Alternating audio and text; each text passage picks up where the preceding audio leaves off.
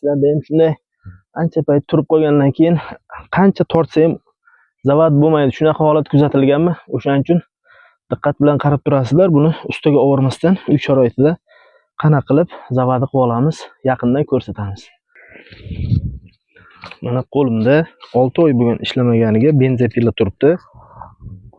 Bunga qanaqa benzin solish kerak? Benzinga qanaqa moy aralashtiramiz? Sepga qanaqa moy solamiz? Qanaqa zavod qilib olib o'tin kesamiz? Shu haqda ko'rsatamiz. Birinchi bo'lib bu benzopilani yaxshilab artib tozalab olamiz. Mana benzopilamizni qo'ldan kelgancha tozalab oldik.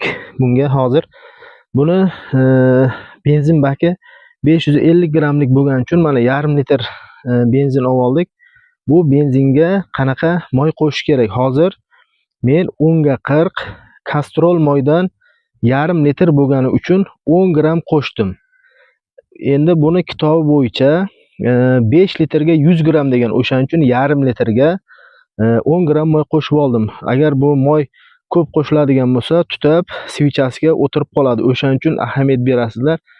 Yarim litr benzin uchun 10 gram moy, keyin 5 litr benzin tayyorlab olsamda 100 gram moy qo'shsam, shunda 1 yil 2 yil ishlatamanmi desalar, yo'q, unaqa qilish xato. 1 litr yo yarim litr benzinga moyni aralashtirib ishlatgan yaxshi. Keyin bu sepga qo'shiladigan atrobotka moyimiz.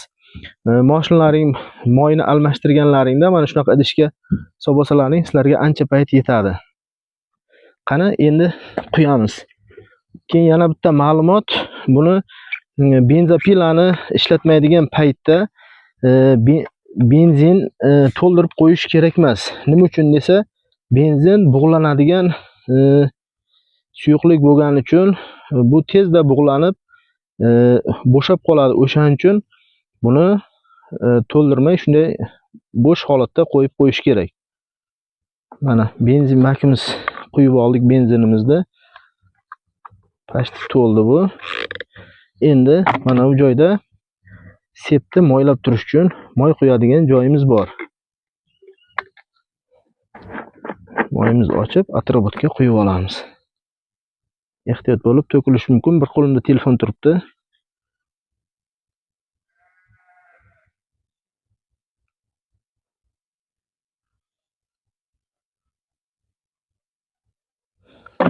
Ko'rdilaring? Bu sepni moylaydigan bakka moyni quyib oldik.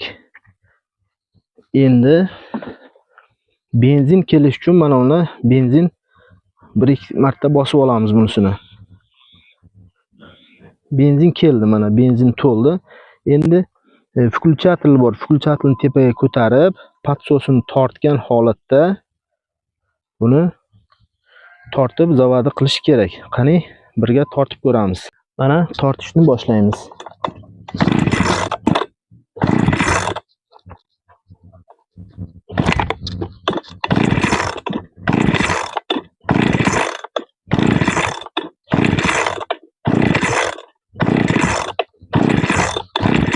Sizlarda ham shunday ancha payt turib qolgandan keyin qancha tortsa ham zavod bo'lmaydi. Shunaqa holat kuzatilganmi? O'shaning uchun diqqat bilan qarab turasizlar. Buni ustiga o'rmasdan uy sharoitida qana qilib zavodi qilib olamiz, yaqindan ko'rsatamiz.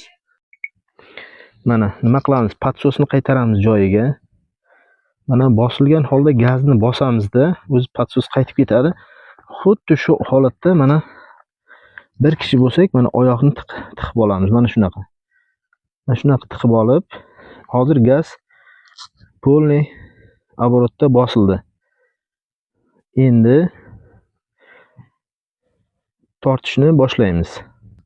Mana ahamiyat berib turasizlar. Mana tortishni boshlayapmiz. Bu o'tin ko'p kesib turgan paytda ham, benzopila qizigan paytda ham xuddi mana shunaqa bo'lib, zavod bo'lmay qolgan paytlar bo'ladi. Xuddi mana shu paytda ham bu ish beradi. Qani boshlaylik.